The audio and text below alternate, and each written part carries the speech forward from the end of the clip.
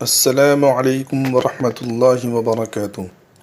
آج کا پیغام حضرت ابو ہریرہ رضی اللہ تعالی عنہ روایت کرتے ہیں کہ رسول اللہ صلی اللہ علیہ وسلم نے ارشاد فرمایا، ہر انسان کے ذمے ہے کہ ہر دن جس میں سورج نکلتا ہے اپنے بدن کے ہر جوڑ کی طرف سے اس کی سلامتی کے شکرانے میں ایک صدقہ ادا کرے۔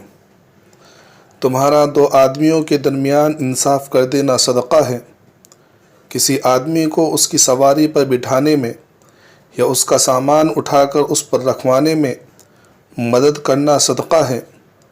اچھی بات کہنا صدقہ ہے۔ ہر وہ قدم جو نماز کے لیے اٹھاؤ صدقہ ہے، اور راستے سے تکلیف دہ چیز کو ہٹا دو، یہ بھی صدقہ ہے۔